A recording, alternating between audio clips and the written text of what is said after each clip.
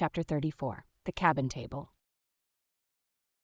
It is noon, and Doughboy, the steward, thrusting his pale loaf-of-bread face from the cabin scuttle, announces dinner to his lord and master, who, sitting in the lee quarter-boat, has just been taking an observation of the sun, and is now mutely reckoning the latitude on the smooth medallion-shaped tablet, reserved for that daily purpose on the upper part of his ivory leg.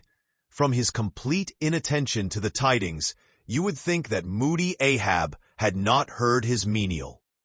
But presently, catching hold of the mizzen shrouds, he swings himself to the deck, and in an even, unexhilarated voice, saying, "Dinner, Mr. Starbuck," disappears into the cabin. When the last echo of his sultan's step has died away, and Starbuck, the first emir, has every reason to suppose that he is seated, then Starbuck rouses from his quietude, takes a few turns along the planks, and, after a grave peep into the binnacle, says with some touch of pleasantness, "Dinner, Mr. Stubb," and descends the scuttle. The second emir lounges about the rigging a while, and then slightly shaking the main brace to see whether it will be all right with that important rope, he likewise takes up the old burden, and with a rapid, "Dinner, Mr. Flask," follows after his predecessors. But the third emir, now seeing himself all alone on the quarterdeck, seems to feel relieved from some curious restraint, for, tipping all sorts of knowing winks in all sorts of directions, and kicking off his shoes, he strikes into a sharp but noiseless squall of a hornpipe right over the Grand Turk's head, and then, by a dexterous sleight, pitching his cap up into the mizzentop for a shelf, he goes down rollicking so far at least as he remains visible from the deck, reversing all other processions by bringing up the rear with music. But ere stepping into the cabin doorway below, he pauses, ships a new face altogether, and then, independent, hilarious little Flask enters King Ahab's presence in the character of Abjectus, or the slave. It is not the least among the strange things bred by the intense artificialness of sea usages, that while in the open air of the deck, some officers will, upon provocation, bear themselves boldly and defyingly enough towards their commander. Yet, 10-1, let those very officers the next moment go down to their customary dinner, in that same commander's cabin, and straightway their inoffensive, not to say deprecatory and humble air towards him, as he sits at the head of the table. This is marvelous, sometimes most comical. Wherefore this difference? A problem? Perhaps not. To have been Belshazzar, king of Babylon, and to have been Belshazzar not haughtily but courteously, therein certainly must have been some touch of mundane grandeur. But he, who in the rightly regal and intelligent spirit presides over his own private dinner table of invited guests, that man's unchallenged power and dominion of individual influence for the time, that man's royalty of state transcends Belshazzar's, for Belshazzar was not the greatest. Who has but once dined his friends, has tasted what it is to be Caesar. It is a witchery of social czarship, which there is no withstanding. Now, if to this consideration you superadd the official supremacy of a shipmaster, then, by inference, you will derive the cause of that peculiarity of sea life just mentioned. Over his ivory-inlaid table, Ahab presided like a mute, maned sea lion on the white coral beach, surrounded by his warlike but still deferential cubs. In his own proper turn, each officer waited to be served. They were as little children before Ahab, and yet in Ahab there seemed not to lurk the smallest social arrogance. With one mind, their intent eyes all fastened upon the old man's knife as he carved the chief dish before him. I do not suppose that for the world they would have profaned that moment with the slightest observation, even upon so neutral a topic as the weather. No, and when reaching out his knife and fork, between which the slice of beef was walked, Ahab thereby motioned Starbuck's plate towards him. The mate received his meat as though receiving alms, and cut it tenderly, and a little started if perchance the knife grazed against the plate, and chewed it noiselessly, and swallowed it, not without circumspection. For, like the coronation banquet at Frankfurt, where the German emperor profoundly dines with the 7 imperial electors, so these cabin meals were somehow solemn meals, eaten in awful silence, and yet at table old Ahab forbade not conversation. Only he himself was dumb. What a relief it was to choking Stubb when a rat made a sudden racket in the hold below. And poor little Flask, he was the youngest son and little boy of this weary family party. His were the shin bones of the saline beef, his would have been the drumsticks. For Flask to have presumed to help himself, this must have seemed to him tantamount to larceny in the first degree. Had he helped himself at that table, doubtless, never more would he have been able to hold his head up in this honest world. Nevertheless, strange to say, Ahab never forbade him. And had Flask helped himself, the chances were Ahab had never so much as noticed it. Least of all, did Flask presume to help himself to butter.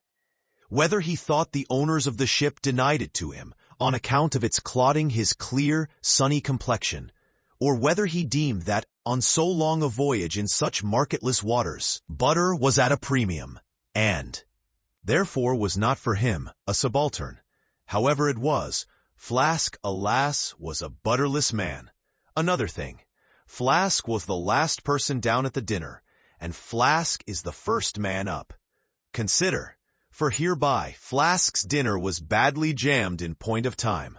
Starbuck and Stubb both had the start of him, and yet they also have the privilege of lounging in the rear. If Stubb even, who is but a peg higher than Flask, happens to have but a small appetite, and soon shows symptoms of concluding his repast, then Flask must bestir himself. He will not get more than 3 mouthfuls that day, for it is against holy usage for Stubb to precede Flask to the deck. Therefore it was that Flask once admitted in private that ever since he had arisen to the dignity of an officer, from that moment he had never known what it was to be otherwise than hungry, more or less. For what he ate did not so much relieve his hunger as keep it immortal in him. Peace and satisfaction, thought Flask, have forever departed from my stomach. I am an officer, but how I wish I could fish a bit of old-fashioned beef in the forecastle, as I used to when I was before the mast. There's the fruits of promotion now. There's the vanity of glory. There's the insanity of life. Besides, if it were so that any mere sailor of the Pequod had a grudge against Flask in Flask's official capacity, all that sailor had to do, in order to obtain ample vengeance, was to go aft at dinner time and get a peep at Flask through the cabin skylight, sitting silly and dumbfoundered before awful Ahab. Now, Ahab and his 3 mates formed what may be called the first table in the Pequod's cabin. After their departure, taking place in inverted order to their arrival, the canvas cloth was cleared, or rather was restored to some hurried order by the pallid steward, and then the 3 harpooneers were bidden to the feast, they being its residuary legatees. They made a sort of temporary servants' hall of the high and mighty cabin, in strange contrast to the hardly tolerable constraint and nameless invisible domineerings of the captain's table, was the entire carefree license and ease, the almost frantic democracy of those inferior fellows, the harpooneers, while their masters, the mates, seemed afraid of the sound of the hinges of their own jaws. The harpooneers chewed their food with such a relish that there was a report to it. They dined like lords. They filled their bellies like Indian ships all day loading with spices.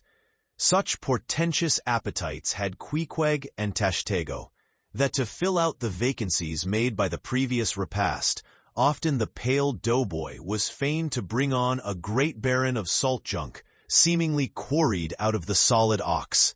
And if you were not lively about it, if he did not go with a nimble hop, skip, and jump, then Tashtego had an ungentlemanly way of accelerating him by darting a fork at his back, harpoon-wise. And once Daggoo, seized with a sudden humor, assisted Doughboy's memory by snatching him up bodily and thrusting his head into a great empty wooden trencher, while Tashtego, knife in hand, began laying out the circle preliminary to scalping him. He was naturally a very nervous, shuddering sort of little fellow, this bread-faced steward, the progeny of a bankrupt baker and a hospital nurse. And what with the standing spectacle of the black, terrific Ahab and the periodical, tumultuous visitations of these three savages, Doughboy's whole life was one continual lip quiver. Commonly, after seeing the harpooneers furnished with all things they demanded, he would escape from their clutches into his little pantry adjoining, and fearfully peep out at them through the blinds of its door, till all was over. It was a sight to see Queequeg seated over against Tashtego, opposing his filed teeth to the Indians. Crosswise to them, Daggoo seated on the floor, for a bench would have brought his hearse-plumed head to the low carlines. At every motion of his colossal limbs, making the low cabin framework to shake, as when an African elephant goes passenger in a ship. But for all this, the great Negro was wonderfully abstemious, not to say dainty.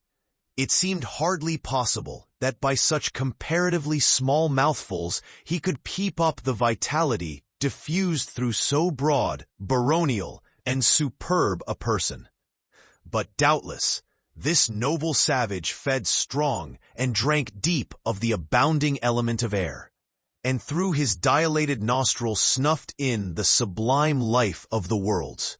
Not by beef or by bread are giants made or nourished, but Queequeg, he had a mortal, barbaric smack of the lip in eating, an ugly sound enough, so much so that the trembling Doughboy almost looked to see whether any marks of teeth lurked in his own lean arms, and when he would hear Tashtego singing out for him to produce himself, that his bones might be picked, the simple-witted steward all but shattered the crockery hanging round him in the pantry by his sudden fits of the palsy. Nor did the whetstone which the harpooneers carried in their pockets, for their lances and other weapons, and with which whetstones, at dinner, they would ostentatiously sharpen their knives.